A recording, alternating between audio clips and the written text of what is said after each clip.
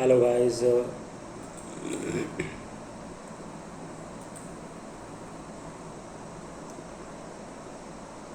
emergence, growth and development in India।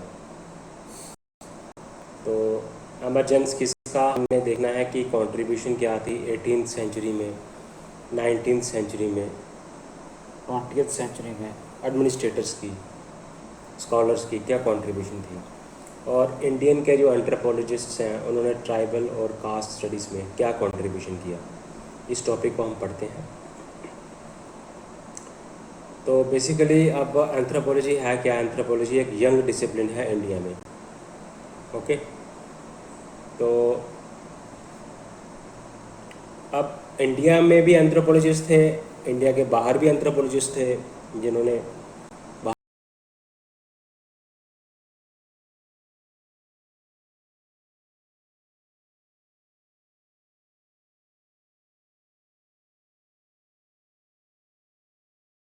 बात अगर हम करें तो सर विलियम जॉन्स ने क्या किया,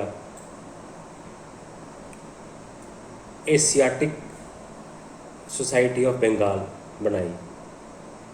तो एशियाटिक सोसाइटी ऑफ बंगाल जो बनाई सर विलियम जॉन्स ने, वो एक स्टार्टिंग पॉइंट था इंडियन एंथ्रोपोलॉजी का। ओके, तो अब इसने एंथ्रोपोलॉजिकल इंटरेस्ट के ऐसे पब्लिश किए, ओके, प्रोसीडिंग्स पब्लिश की, बट ये गवर्नमेंट ऑफिशियल जो होते थे उस टाइम, ब्रिटिश गवर्नमेंट के ऑफिशियल जो थे या मिशनरीज जो थे, तो उनके एसेस थे इसमें, उनके थॉट्स थे इसमें एंथ्रोपोलॉजी के ऊपर, बट उनका कोई एकेडमिक इंटरेस्ट नहीं था। एशियाटिक बंगाल एक शुरुआत थी, फिर उसके बाद क्या हुआ, एंथ्रोपोलॉजी का विज्ञान हुआ इंडिया में जब ब्रिटिश एडमिनिस्ट्रेटर्स को ये लगा कि हमें रूल करने के लिए एंथ्रोपोलॉजी को समझना बहुत ज़रूरी है, कल्चर को एनालाइज करना बहुत ज़रूरी है, ताकि हम बेस्ट तरीके से उनको रूल कर सकें। तो क्या हुआ,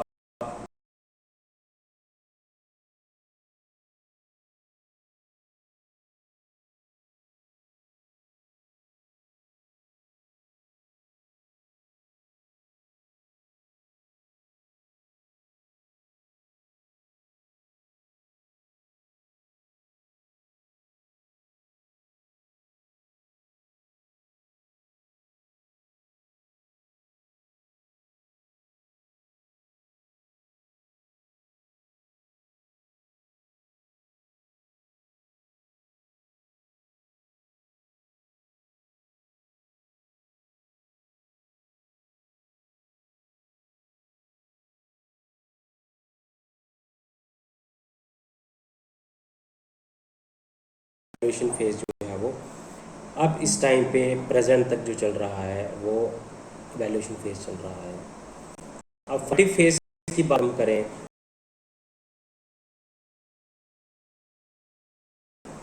स्टार्ट होता है जब विलियम जॉन्स सेटअप करते हैं एशियाटिक सोसाइटी ऑफ बंगाल। तो उसमें उसने नेचर को स्टडी करने की कोशिश की, मैन को स्टडी करने की कोशिश की। तो बड़े सारे ब्रिटिश ऑफिशियल्स थे, एंथ्रोपोलॉजिस्ट थे, मिशनरीज थे, ट्रैवलर्स थे, तो उन्होंने ट्राइब्स को स्टडी करने की कोशिश की और पब्लिश किए accounts, the journal of Asiatic society of Bengal, the Indian antiquary. तो ठीक है, तो अब लिंग्विस्टिक स्टडी की, कुछ मिशनरीज थे, स्कॉलर्स थे, तो उन्होंने एंथ्रोपोलॉजिकल स्टडी की। जैसे हम बात करते हैं टोडास की स्टडी की, WHR रिवर्स ने टोडास जो थे नीलगिरी हिल्स के, उनकी स्टडी की। रेडक्लिफ ब्राउन जो थे फंक्शनिस्ट थे, तो उन्होंने अंडमान आइलैंडर्स की स्टडी की। उन्होंने क्या किया, अंडमान आइलैंडर्स की स्टडी की। ठीक है, तो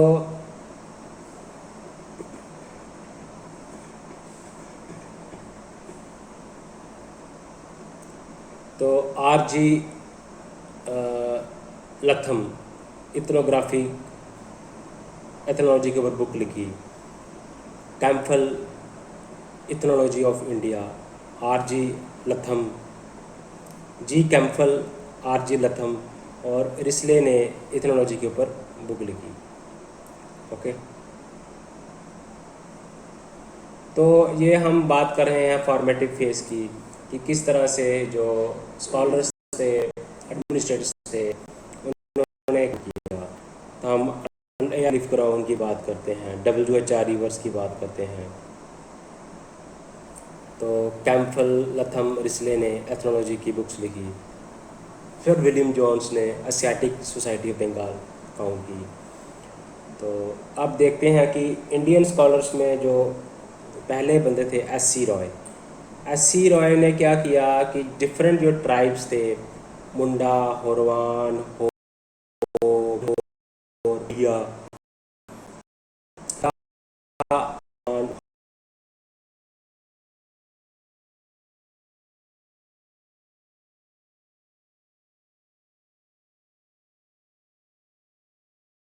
ट्राइब्स थे, इनके ऊपर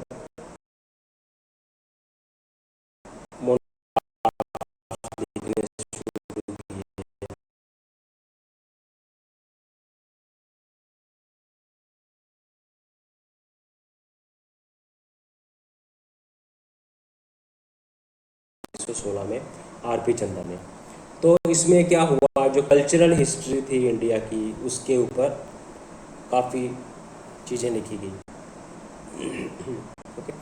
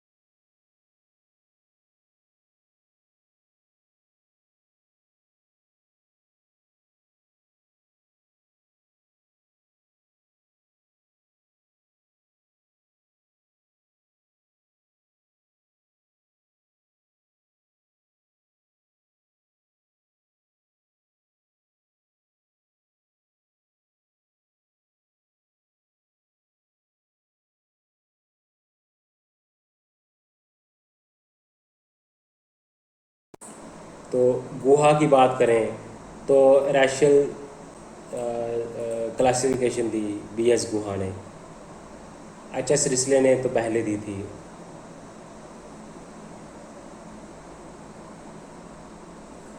DN मजुमदार ने रैशियल सर्वे किया बंगाल, यूपी और गुजरात में।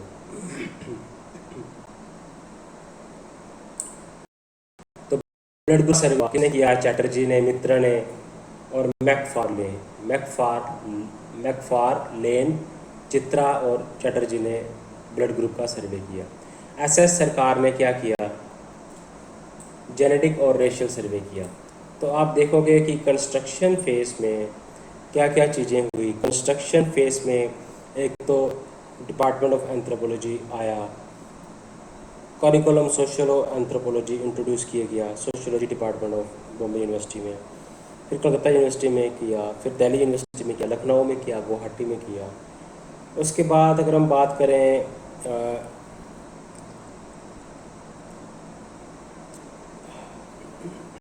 SC रॉय ने जर्नल प्रिंट किया मैन इन इंडिया।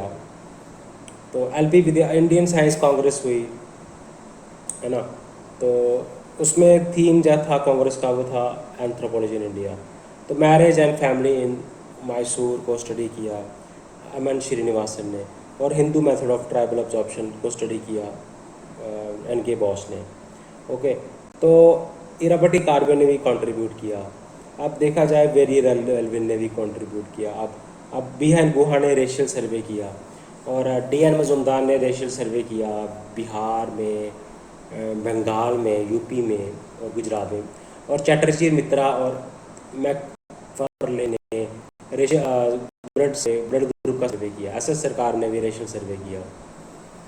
तो ये हमने किया कंस्ट्रक्शन फेज। अब फॉर्मेटिव फेज में अगर आप देखोगे तो SC रॉय ने मुंडा होरवान की स्टडी की, लथम ने स्टडी की, कैम्पल ने स्टडी की, एथनोलॉजीज की स्टडी की, एथनोग्राफी की स्टडी की, रेडक्लिफ ब्राउन ने स्टडी की, अंडमान आइलैंडर्स की स्टडी की, तो WH रिवर्स नेट्रोडास की स्टडी की। SC रॉय ने मोनोग्राफ्स लिखा, मुंडा हो अरियान। LV कृष्णा अय्यर ने कोचिन ट्राइब एंड कास्ट के ऊपर बुक लिखी। तो हमने फॉर्मेटिव फेज पढ़ा, हमने कंस्ट्रक्शन फेज पढ़ा। उसके बाद आता है हमारा एनालिटिकल फेज। एनालिटिकल फेज की बात अगर हम करें तो एनालिटिकल फेज को जब हम पढ़ते हैं तो एनालिटिकल फेज जो है बेसिकली ये क्या था? शिफ्ट था। अब पहले तो मोनोग्राफ्स लिखे जा रहे थे, एथनोलॉजी लिखी जा रही थी, जो क्या थी? जो एक डिस्क्रिप्टिव स्टडी थी, हम कल्चर को डिस्क्राइब कर रहे थे। अब इस फेज में क्या हुआ?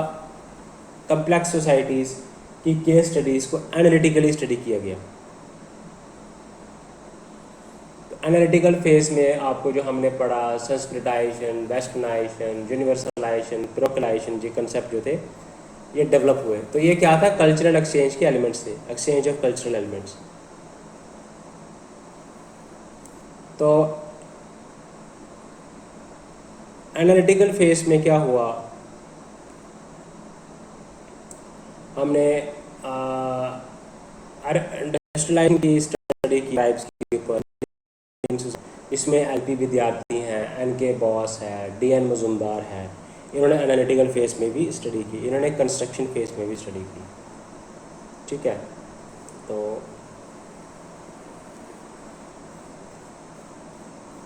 इन्होंने फॉरेन स्कॉलर्स के साथ भी काम किया। तो रिनोड एंथ्रोपोलॉजिस्ट थे ऑस्कर लेविस, डेविड मेंडलबाउम, और इंडिया में आए फिर अमेरिका से स्टडी करने के लिए मॉरिस ऑफर आ गए, MORRIS, Morris Opler, Oscar Lewis, Mandelbaum. तो इन्होंने स्टडी किया, ये अमेरिका के स्कॉलर्स थे। तो इंडियन एंथ्रोपोलॉजी चाहे LP विद्यार्थी हो, DN मजुमदार हो, MN श्रीनिवासन हो, मक्खन झा हो, है ना, इरावटी कार्वे हो, NK बोस हो, तो इन्होंने विलेज की स्टडी की, इन्होंने ट्राइबल सोसाइटीज़ की स्टडी की, इन्होंने कम्युनिटी की स्टडी की। तो देखिए एंथ्रोपोलॉजी का वास्टनेस देखिए, ट्राइब्स की स्टडी कर रहा है, विलेज लाइफ की स्टडी कर रहा है, इम्पैक्ट स्टडी कर रहा है इंडस्ट्रियलाइजेशन का। तो इसको हम स्टडी कर रहे हैं, तो विलेज स्टडी में कंट्रीब्यूट किया। तो डी एन मजूमदार ने क्या किया, सिग्निफिकेंटली कंट्रीब्यूट किया इंडियन एंथ्रोपोलॉजी में। और उसने क्या किया, functional approach for studying the पोर्ट्राइल।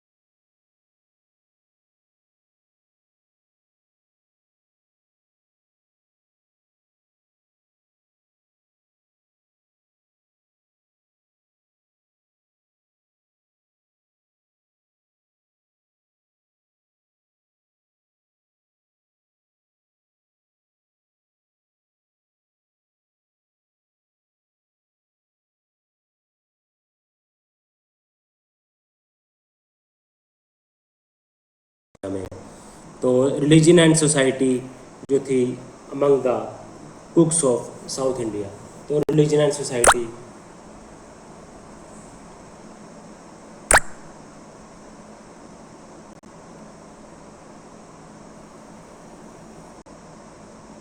तो एम एन श्रीनिवासन ने religion and society among the Coorgs of south India study की। एम एन श्रीनिवासन ने बुक लिखी religion and society among the Coorgs of south India.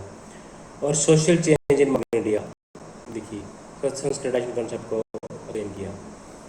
तो इरावटी कार्वे ने क्या किया,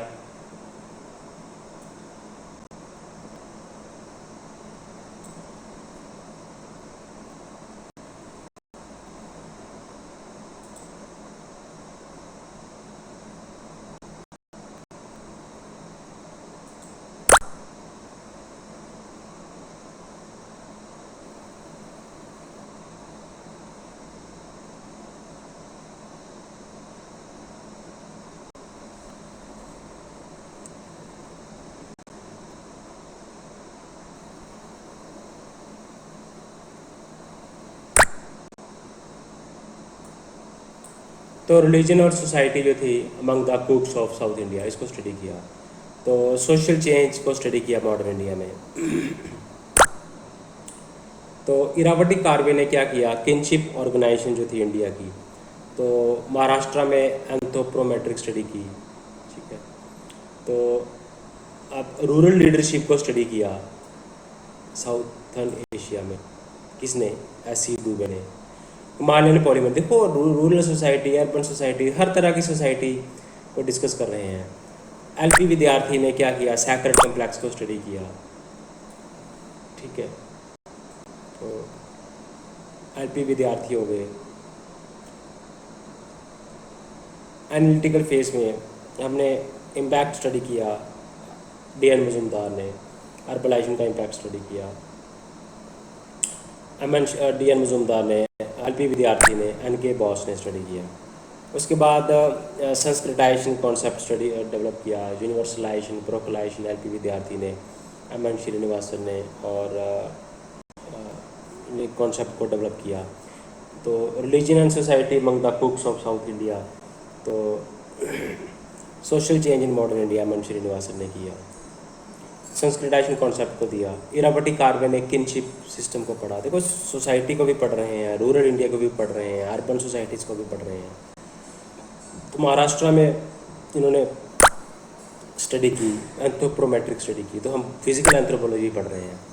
तो इरावटी कार्वे क्या है बेसिकली? इरावटी कार्वे ने एंथ्रोपोमेट्रिक स्टडी की महाराष्ट्र में। हिमालयन पॉलीएंड्री को स्टडी किया, देखो हिमालयन रीजन को भी स्टडी किया डी एन मजुमदार ने। एलपी विद्यार्थी ने भी स्टडी किया। ओके, तो यो इंडियन सिविलाइजेशन को स्टडी किया, सेक्रेड कम्प्लेक्स को, इस जरिए। उसके बाद हम बात करते हैं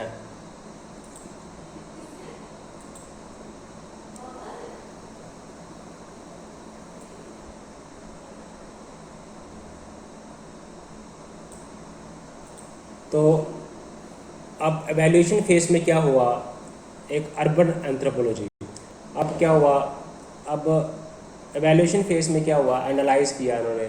अब एवेल्यूशन फेज में क्या हुआ, क्रिटिकली दूसरों के वर्क को देखने लगे। और सोशल एंथ्रोपोलॉजी ने एक सब फील्ड बनाया, अर्बन एंथ्रोपोलॉजी। अर्बन एंथ्रोपोलॉजी का भी ग्रोथ हुआ। तो सोशल एंथ्रोपोलॉजी जो है बड़े फील्ड में कंट्रीब्यूट की। जैसे हमने अर्बनाइजेशन, इंडस्ट्रियलाइजेशन को स्टडी किया, अर्बनाइजेशन को स्टडी किया। तो शेद का वर्क था सोशल फ्रेमवर्क, जो सोशल फ्रेमवर्क है इंडियन फैक्ट्री का, उसको स्टडी किया। मैनेजमेंट में स्टडी की, शेड का वर्क था सोशल फ्रेमवर्क। तो मेडिकल एंथ्रोपोलॉजी पे स्टडी किया, साइकोलॉजिकल स्टडीज़ की, ट्राइबल डेवलपमेंट स्टडीज़ की।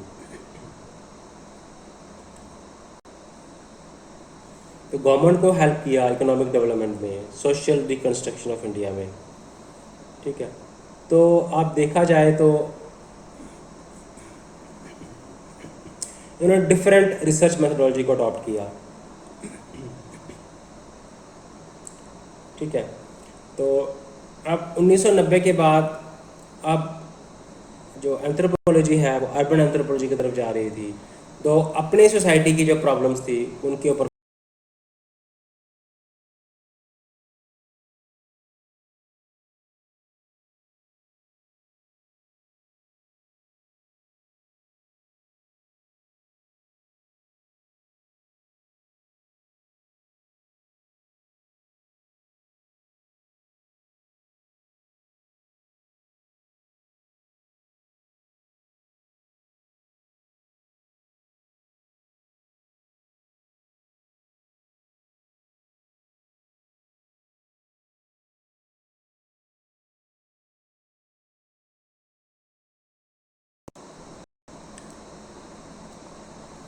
क्रिटिसाइज़ किया, है ना।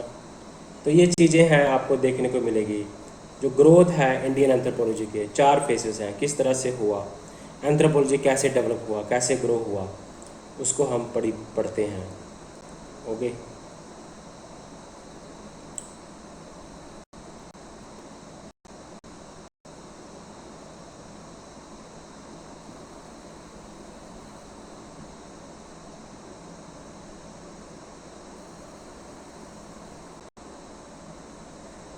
तो हम इन चीज़ों को डिस्कस कर रहे हैं किस तरह से जो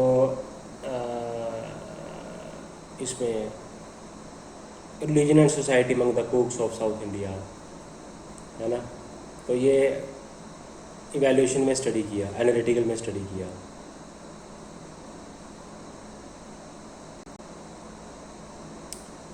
तो उसके बाद हम देखते हैं हिंदू में ट्राइबल ऑब्जर्वेशन को देखा गया। इंडियन साइंस कांग्रेस हुई। ठीक है, हमने देखा कि इवैल्यूएशन फेज में शेद का वर्क हुआ, social framework of Indian factory के ऊपर स्टडी किया। अर्बन एंथ्रोपोलॉजी हमें देखने को मिला एवैल्यूएशन में। और एनालिटिकल में हमने देखा कि एन के बॉस, एलपी विद्यार्थी, डी एन मजुमदार, है ना। तो इनके जो काम थे वो काम इन्होंने किए। तो यहाँ पे हम डिस्क्रिप्टिव स्टडीज़ के बाद हम case studies, analytical societies, complex societies, analytical studies, village को हम स्टडी करने लगे। ओके, ऐसे एम एन श्रीनिवासन हैं, तीसरे फेज में आए। रिलीजन सोसाइटी में the Coorgs of south India, tribal social change in modern India. Irawati Karve ने किंगशिप ऑर्गेनाइजेशन इन इंडिया को स्टडी किया। डी.एन. मजूमदार ने पॉलीएंड्री को स्टडी किया। एल.पी. विद्यार्थी ने स्टडी किया। Okay, analytical phase. अब हम बात करते हैं कंस्ट्रक्शन। कंस्ट्रक्शन फेज में मोनोग्राफिक स्टडी हुई, डिस्क्रिप्टिव स्टडी हुई, किस तरह से यूनिवर्सिटीज़ बनाएंगी, डिपार्टमेंट बनाएंगे, एथनोलॉजी का डिपार्टमेंट बनाया गया। तो एल.पी. विद्यार्थी ने एंथ्रोपोलॉजी इन इंडिया का थीम था कांग्रेस में, जो इंडियन साइंस कांग्रेस हुई थी। तो एम.एन. श्रीनिवासन ने Mysore marriage and family in Mysore को स्टडी किया, और Hindu method of tribal absorption वो उनके बॉस ने दिया। तो ये सब कंस्ट्रक्शन फेज में हुआ है। बी.एस. गुहा हो गए, डी.एन. मजूमदार हो गए, रेशियल सर्वे किया, एस.एस. सरकार ने रेशियल सर्वे किया, ब्लड सर्वे किया चैटर्जी और मित्रा ने। तो उसके बाद हम बात करते हैं फॉर्मेटिव पीरियड की। तो फॉर्मेटिव पीरियड में क्या होता है कि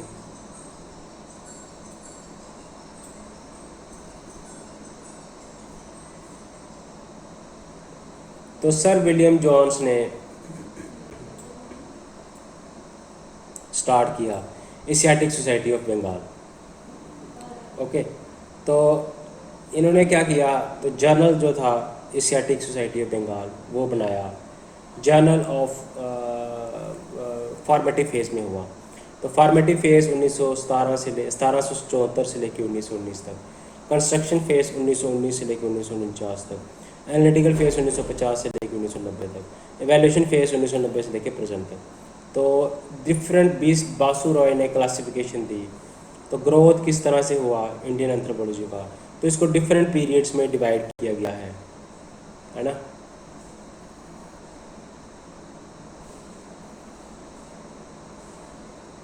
ट्राइब्स की स्टडी की गई, कास्ट की स्टडी की गई, है ना।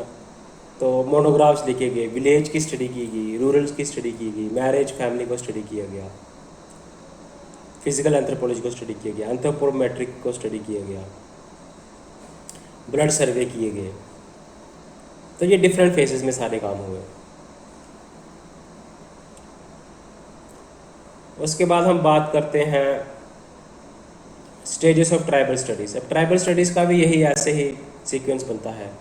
फॉर्मेटिव फेस आता है, WHR रिवर्स आते हैं, AR रेडक्लिफ ब्राउन आते हैं, कंस्ट्रक्शन फेस आता है ना, एनालिटिकल फेस आता है।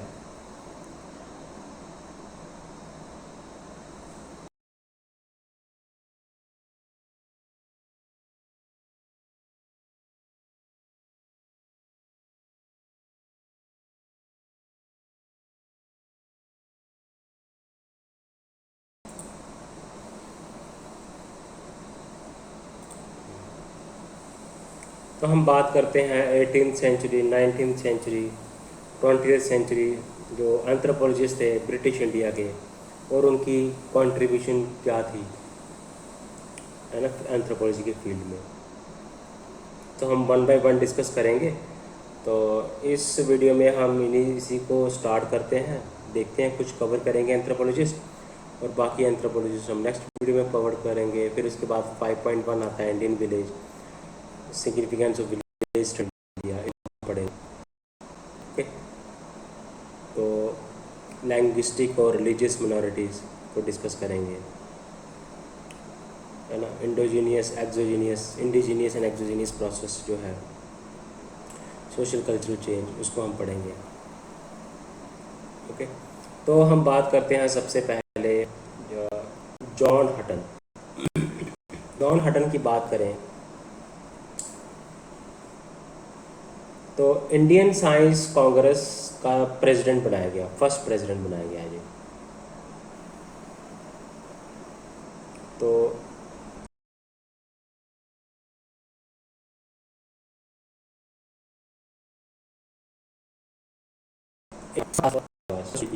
सीमा नागास एंड अनगमी नागास। तो अंगामी नागास में इसने नेग्रिटो एलिमेंट की स्टडी की कि उनमें कैसे नेग्रिटो के आपको ट्रेट मिलेंगे, और साथ में जो इंस्टीट्यूशन था वहाँ पे हेड हंटिंग का, उसको भी इसने स्टडी किया। अंगामी नागास को और सीमा नागास को।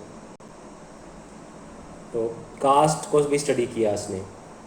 ओके, तो बेसिकली ये जॉन हटन एंथ्रोपोलॉजिस्ट था, एडमिनिस्ट्रेटर भी था इंडियन सिविल सर्विस में। तो नागा हिल्स का ये पॉलिटिकल एजेंट भी था और इसने ट्राइब्स को स्टडी किया, अंगामी एंड सीमा नागास को स्टडी किया। तो जॉन हटन की कंट्रीब्यूशन हमें देखने को मिलती है। उसके बाद आता है हेमनडॉर्फ, सीबीएफ हेमनडॉर्फ। तो सीबीएफ हेमनडॉर्फ ने क्या किया,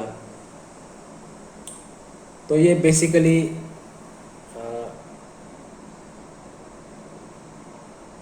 यूनिवर्सिटी ऑफ लंदन से रिटायर हुआ। तो इसने 40 साल अपने ट्राइबल कल्चर को स्टडी करने में बिताए। तो उसने नागास के बारे में स्टडी किया, naked Nagas, the Chenchus, CHEN the Chenchus, the Sherpas of Nepal, Raj Gonds के बारे में स्टडी किया। ठीक है, तो Reddis of the Bison Hill, इसने कल्चरेशन को भी स्टडी किया, study of acculturation, the Reddis of the Bison Hills. ठीक है, तो इसने जो सेंट्रल इंडिया के ट्राइब्स थे, नॉर्थ इंडिया के ट्राइब्स थे, नेपाल के ट्राइब्स थे, उसके बारे में स्टडी किया। इसके रिसर्च एरियाज और फील्ड वर्क, एकेडमिक बैकग्राउंड कैसी थी, रिसर्च एरियाज और फील्ड वर्क क्या था।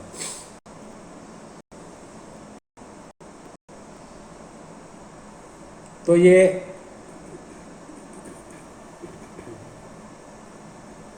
हेमनडॉर्फ, इन्होंने इंडियन एंथ्रोपोलॉजी को इन्फ्लुएंस किया, जो कि ग्रेट ब्रिटेन और यूनाइटेड स्टेट्स ऑफ अमेरिका के बाहर का था, जो कि ऑस्ट्रियन इथनोलॉजिस्ट था। और जो प्रोफेसर था ये oriental and African studies of London. तो यूनिवर्सिटी ऑफ लंदन के the chair of Asian anthropology at the university of London. तो पब्लिकेशन की बात कम करें, इसने नेग नागास के ऊपर लिखी पब्लिकेशन, चंगचूस के ऊपर लिखी, the Reddis of the Bison Hills के ऊपर लिखी, शेरपास ऑफ नेपाल के ऊपर लिखी, राजगॉन्स ऑफ आदिलाबाद के ऊपर लिखी।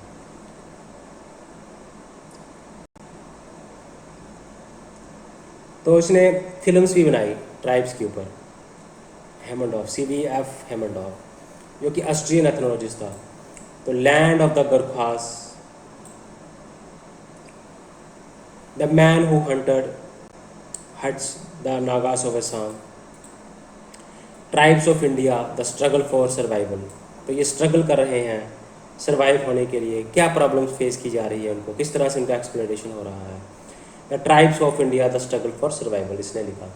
तो CBF हेमनडॉर्फ हो गए या फिर जॉन हटन हो गए। जॉन हटन ने भी काफ़ी काम किया, इसने भी आप देखेंगे तो सीमा नागास के ऊपर स्टडी की, अंगामी नागास के ऊपर स्टडी की। CBF हेमनडॉर्फ ने भी फिल्म्स लिखी, the man who hunted the land of the Gurkhas, तो tribes of India, the struggle for survival, तो Reddis of Bison Hill, the naked Nagas. तो एथनोग्राफीज लिखी इसने, शेरपास ऑफ नेपाल। उसके बाद हम बात करते हैं वेरियन एलन। तो ब्रिटिश का जो था एंथ्रोपोलॉजिस्ट, सेल्फ ट्रेंड एंथ्रोपोलॉजिस्ट था। तो डॉक्टरेट था इसका ऑक्सफोर्ड से। तो 1927 में ये इंडिया में आया।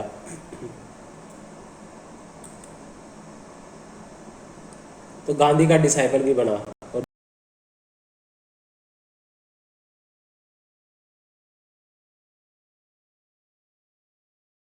चर्च ऑफ इंग्लैंड ने क्या किया, इसको डिसमिस कर दिया, डी लाइसेंस कर दिया, क्योंकि इसने गॉस्पेल को ट्राइब्स तक नहीं पहुंचाया। तो गांधी के आश्रम में रहा। एल्विन जो था वो सरदार पटेल के कांटेक्ट में भी आया। तो उसने सरदार पटेल ने कहा कि आप ट्राइब्स के बारे में स्टडी करो।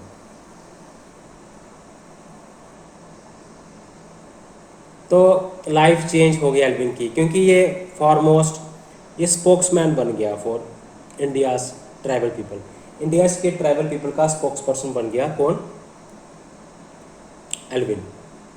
तो पटाल ने कहा इसको कि तू करना स्टडी उसकी, ट्राइब्स के ऊपर स्टडी कर, तो ये स्पोक्स पर्सन बन गया ये उसका ट्राइब्स। तो इसकी कंट्रीब्यूशन की बात करें तो इथनोलॉजीज इसने लिखी, द बेगा इसने पब्लिश की।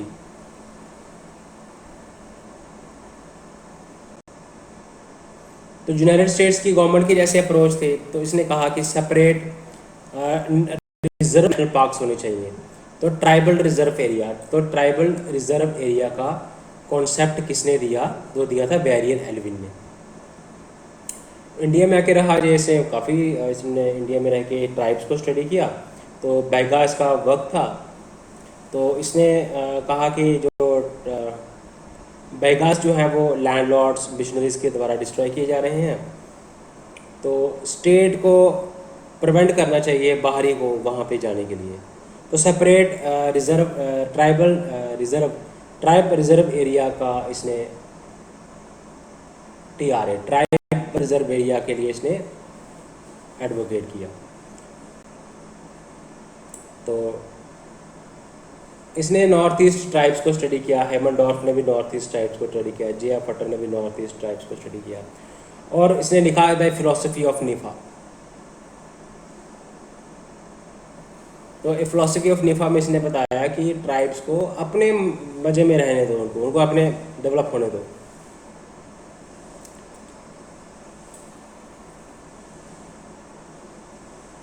द मुरिया एंड देयर गोतुल, तो ये भी उसने बुक लिखी।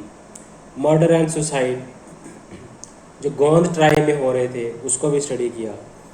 द मुरिया एंड देयर गोतुल वो भी स्टडी किया। तो मर्डर एंड सुसाइड जो हो रहा था गोंद ट्राइब में, मुरिया में, को स्टडी किया। मैन इन इंडिया का भी एडिटर रहा। द मुरिया,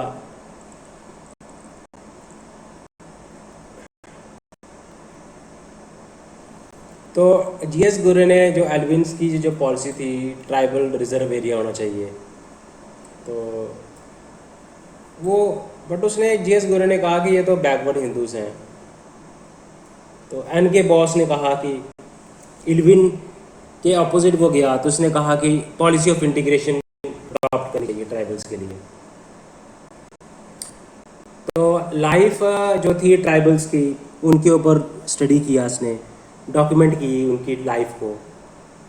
तो और ट्राइबल की जो पंचशील बनाई थी नेहरू ने, तो उसके वो ट्राइबल जो पंचशील जो नेहरू के द्वारा बनाई थी वो जो एल्विन से काफ़ी ज़्यादा इन्फ्लुएंस थी।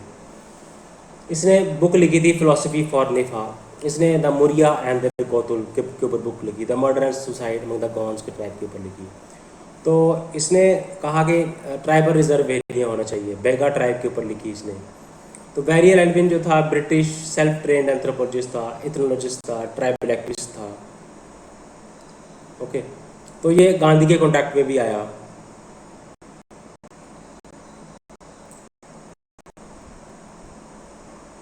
तो गांधी के कॉन्टैक्ट में आने के बाद ये पटेल के कॉन्टैक्ट में आया। तो पटेल ने कहा इसको कि तू ट्राइब्स की स्टडी कर। तो ट्राइब्स की स्टडी की इसने, बड़े सारे ट्राइब्स के बारे में लिखा। द मुरिया अंदर गोतुल के ऊपर बुक लिखी, बेगा ट्राइब के ऊपर लिखा इसने, फिर मर्डर सुसाइड के ऊपर लिखा, फिलोसफी ऑफ नेफा के ऊपर किया, नॉर्थ ईस्ट ट्राइब्स के ऊपर स्टडी किया। तो इसने बड़ी सारी जो लाइफ है वो डॉक्यूमेंट की ट्राइबल की। तो अब उसके बाद हमने 3 का डिस्कस किया, J.F. Hutton, CVF Haimendorf, Verrier Elwin. अब करते हैं रॉबर्ट ब्रूस फुटे। अब रॉबर्ट ब्रूस फुटे का भी जो है, ये हम बात कर रहे हैं कौन से एंथ्रोपोलॉजिस्ट, जो ब्रिटिश इंडिया के एंथ्रोपोलॉजिस्ट थे और उनकी कंट्रीब्यूशन क्या थी। अब आता है नाम रॉबर्ट ब्रूस फुटे।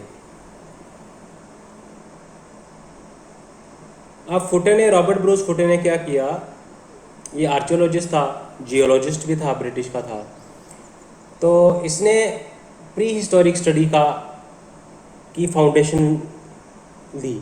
लीच ने। तो आर्कियोलॉजिकल सर्वे ऑफ इंडिया भी बनाई गई, एंथ्रोपोलॉजिकल सर्वे ऑफ इंडिया भी बनाई गई। आर्कियोलॉजिकल सर्वे ऑफ इंडिया के बनने के बाद तो सिस्टमेटिक स्टडीज़ ने की थी ह्यूमन प्री हिस्टोरिक कल्चर। देखो हम प्री हिस्टोरिक कल्चर पढ़ रहे हैं, हम अर्बन एंथ्रोपोलॉजी भी पढ़ रहे हैं, हम फिजिकल एंथ्रोपोलॉजी भी पढ़ रहे हैं, हम लाइफ स्टाइल स्टडी कर रहे हैं सोसाइटी की, ट्राइब्स की। कोई इनको बैकवर्ड हिंदूज कह रहा है, कोई इंटीग्रेशन की पॉलिसी दे रहा है, कोई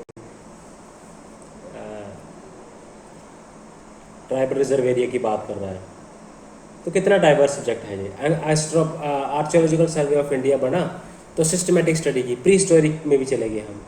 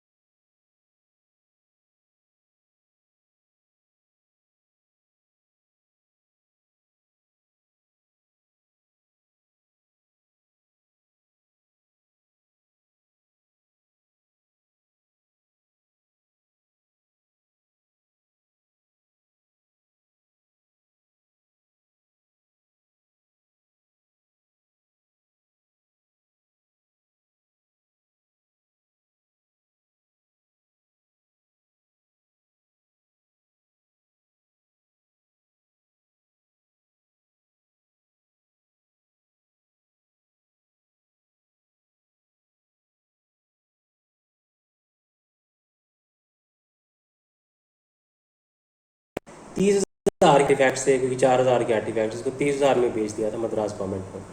तो इसने जो जो फर्स्ट पैलेलिथिक टूल्स ये थे, फर्स्ट ग्रुप वो इसने फाउंड किया था पलवरम में, तो जिसको हम मद्रासियन कल्चर भी बोलते हैं। और ये कम से कम 40 साल तक इसने जो है वो pre historic research carry out की, प्री हिस्टोरिक जो है वो हिस्ट्री लिखने की कोशिश की, जब जो है रिटन रिकॉर्ड्स हमारे पास नहीं था। तो रॉबर्ट ब्रूस फुटे जो है ये इसके time archaeological survey of India के बाद सिस्टमेटिक स्टडी की इसने। तो ब्रिटिश का जियोलॉजिस्ट भी था, आर्कियोलॉजिस्ट भी था। तो देखो Christoph Dorf North East tribes की स्टडी की, वेरी नेल्बन ने नॉर्थ ईस्ट ट्राइब्स की स्टडी की, निफा दिया, ट्राइबल रिजर्व एरिया का कॉन्सेप्ट दिया। क्रिस्टोफ CVF डोमनडोर ने चेंचूस पढ़े, Nagas, the Reddis of the Bison Hills, study of acculturation, naked Nagas, तो land of the man who hunted night. तो इसने फिल्म्स भी लिखी बनाई क्रिस्टोफर डॉर्फ ने। उसके बाद काम जो किया जॉन हटन जो था, इसने सीमा और अंगामी नागास के ऊपर स्टडी की। तो ये इंग्लिश बॉर्न एंथ्रोपोलॉजिस्ट था और एडमिनिस्ट्रेटर था इंडियन सिविल सर्विस में। ओके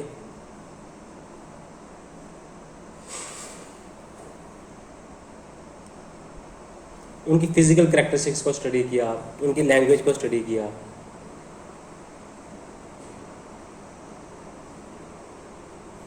इसने ये कंक्लूड किया जॉन हटन ने कि हो सकता है कि नागास जो है वो माइग्रेट हुए हो समवेयर क्लोज टू चाइना से माइग्रेट हुए हों।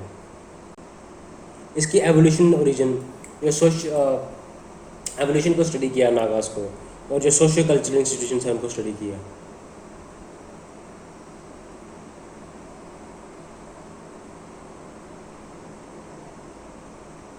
तो जो जॉन हटन जो थे ये प्रेसिडेंट भी बने इंडियन साइंस कांग्रेस के। जॉन हटन हो गया, CVF हेमनडॉर्फ हो गया, वेरियन एल्बन हो गए, फिर उसका रॉबर्ट ब्रूस फुटे।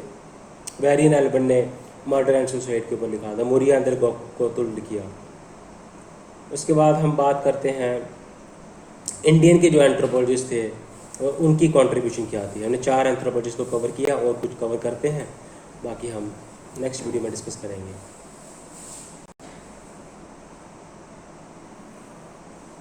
तो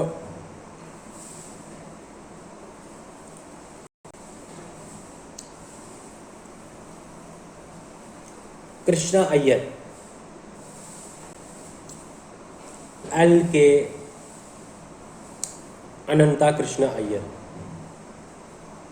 तो इन्होंने जो है फील्ड स्टडीज़ का फाउंडर था ये इंडियन एंथ्रोपोलॉजी में।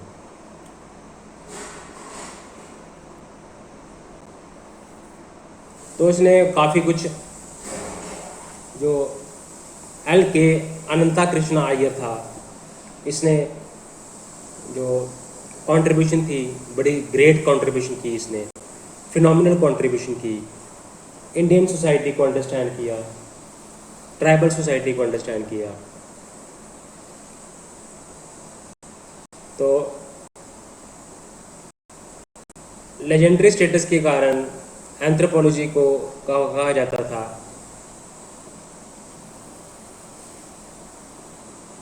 अनंथ्रोपोलॉजी। तो अब इसने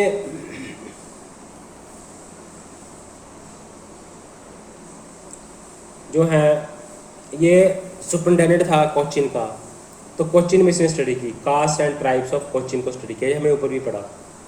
कास्ट एंड ट्राइब्स को स्टडी किया इसने 1922 में। तो कौन सा फेस है ये फेस है कंस्ट्रक्शन फेज, नहीं, ये है फॉर्मेटिव फेज। तो caste and tribes of Cochin को स्टडी किया इसने, caste and tribes of Mysore भी स्टडी किया इसने, इथनोग्राफिक सर्वे मैसूर के ऊपर स्टडी की, कोचिन के ऊपर स्टडी की, ये सुपरिटेंडेंट था वहाँ का। ओके, तो मैरिज सिस्टम को स्टडी की,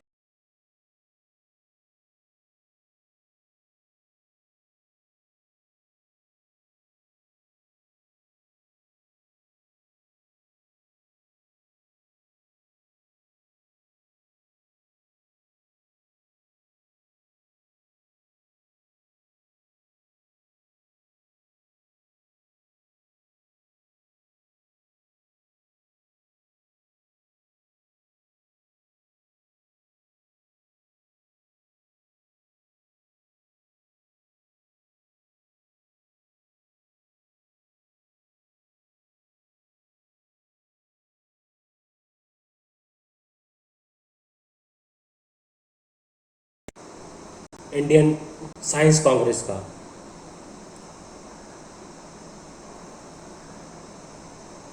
तो 3 बार ये प्रेसिडेंट बना।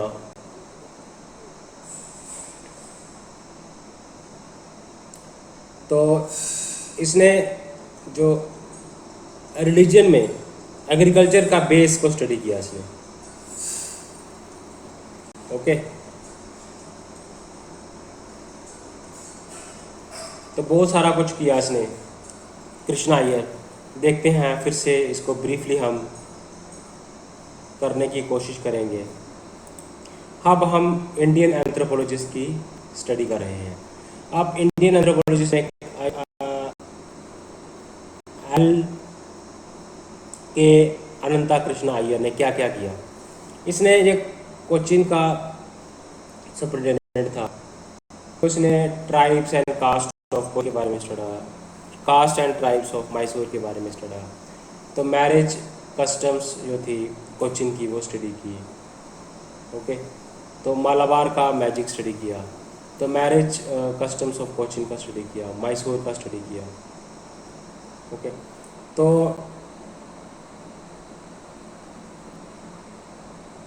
तो महाराजा जो था ट्रावनकोर का, कोचिन का, उसने इसको रिस्पॉन्सिबिलिटी की, आप स्टेट म्यूज़ियम बनाओ, जूलॉजिकल गार्डन बनाओ एंड इंडस्ट्रियल ब्यूरो बनाओ। आप एक इंडस्ट्रियल ब्यूरो बनाओ, आप एक म्यूज़ियम बनाओ और एक जूलॉजिकल गार्डन बनाओ। ये इसको बोला था कृष्णा अय्यर। तो इसने ये प्रेसिडेंट भी बना इंडियन साइंस कांग्रेस का 3 बार। तो उसने एग्रीकल्चर बेसिस जो था उसको स्टडी की, रिलीजन का। इसने कुर्ग्स की स्टडी की, इसने मैसूर में स्टडी की, इसने जो कोचिन की स्टडी की। तो उसने मैरिज कस्टम जो था ना कोचिन का वो पढ़ा, मैरिज कस्टम ऑफ कोचिन को पढ़ा उसने। तो और साथ में मालाबार का मैजिक इसने स्टडी किया। ठीक है, तो काफ़ी कुछ स्टडी की इसने। तो caste and tribe of Mysore, ethnographic study of Mysore, ethnographic study of Coorgs, president बना 3 बार। तो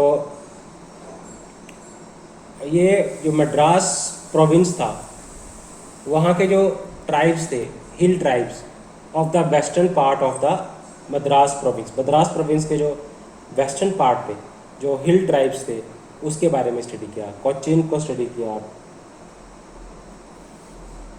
मैसूर को स्टडी किया। ओके, तो एक हमने पढ़ लिया, एस.सी. रॉय को पढ़ते हैं।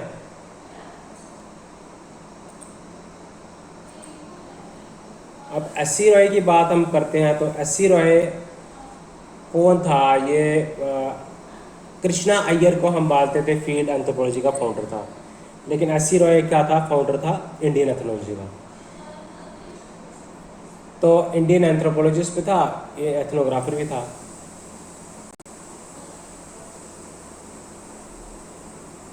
तो इसने रिपन कॉलेज जो कलकत्ता में था वहाँ से BL की डिग्री की, लॉयर था। ट्राइबल सोसाइटीज़ के ऊपर उसने देखा कि इंटरेस्ट में, उसने ट्राइब में इंटरेस्ट लिया, देखा इनके ऊपर बड़ा अत्याचार हो रहा है, तो ट्राइब्स को स्टडी करने की उसने ठान ली। तो अब एस.सी. रॉय ने जर्नल स्टार्ट किया, फर्स्ट एंथ्रोपोलॉजिकल जर्नल स्टार्ट किया, मैन इन इंडिया। ठीक है, तो इसने एंथ्रोपोलॉजिकल स्टडीज़ जो थी कलकत्ता की यूनिवर्सिटी लेवल में वो शुरुआत की इसने। अब रिसर्च एरिया, अब एस.सी. रॉय ने ओरवान, मुंडा, हो, हिल भुइया और खरिया के बारे में स्टडी की। तो उनके डिफरेंट एस्पेक्ट्स को स्टडी कर रहा था ये, उनके कस्टम्स को, उनके आर्ट एंड क्राफ्ट को, ट्रेडिशन को। ठीक है, तो यूथ डॉर्मेटरी जो थी ओरवान की वो उसने स्टडी की। जो ह्यूमन सेक्रीफाइसेस करते हैं गॉड, वो स्टडी की। किनशिप ऑफ खासा का स्टडी किया। ठीक है, तो इसने रॉय जो था, एस.सी. क्या किया रॉय ने, बेसिकली फिजिकल एंथ्रोपोलॉजी में भी इसने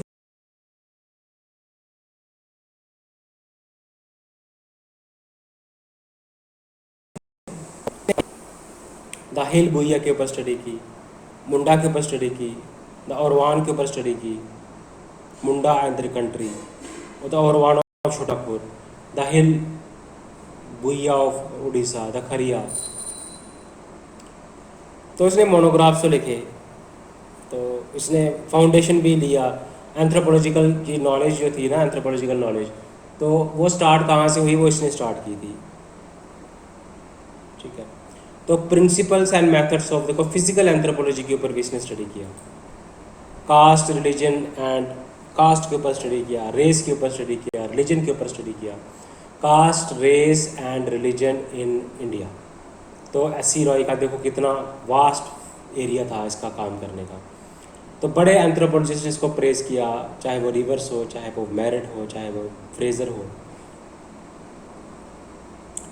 तो इंडियन एंथ्रोपोलॉजी जो है वो फॉर एवर इंडेप्टेड रहेगी उसकी स्कॉलरशिप के लिए, इसकी विजन के लिए। इसका बड़ा विजन था। एस.सी. रॉय बेसिकली था ये लॉयर। तो अब ट्राइब्स के कॉन्टैक्ट में आया, तो उसने देखा कि ट्राइब्स के ऊपर बड़ी एट्रोसिटीज़ हो जा रही हैं, तो इसने man in India journal start किया। इसने ट्राइब्स के ऊपर स्टडी की, the Oraon, Munda and the country, the Oraon of Chota Nagpur, the hill Bhuiya of Orissa, the Reddis of Bison Hills, Kharia के ऊपर स्टडी की। ठीक है, तो राय बहादुर भी कहा गया एस.सी. रॉय को।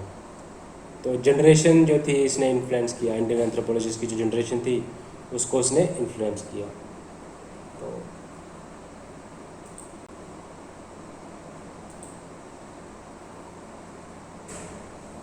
तो एस.सी. रॉय ने काफ़ी कुछ करा काम, एथनोलॉजीज लिखी, मोनोग्राफ्स लिखे, ओरवान पे, मुंडा पे, कस्टम्स को स्टडी किया, लैंग्वेज को स्टडी किया, principles and practices of physical anthropology को स्टडी किया, caste, race and religion in India को स्टडी किया।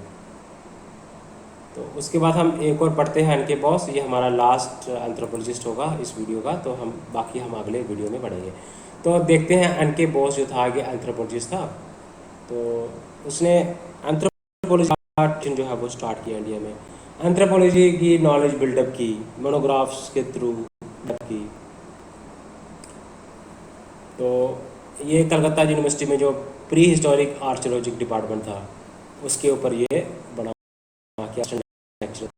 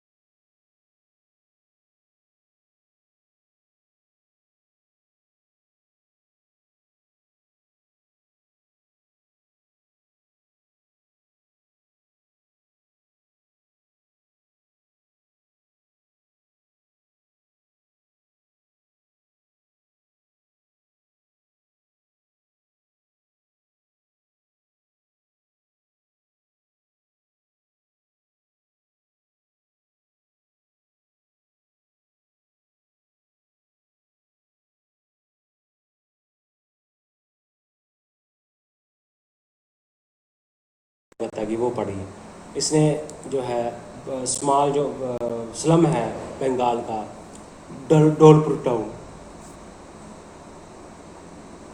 बोलपुर टाउन, उसको स्टडी किया।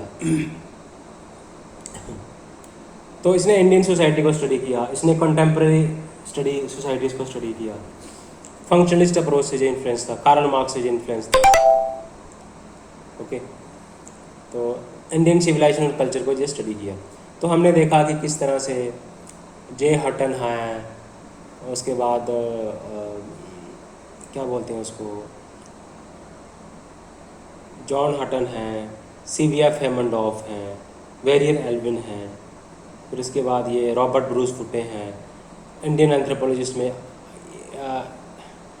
अनंता कृष्णा अय्यर हैं, L.K.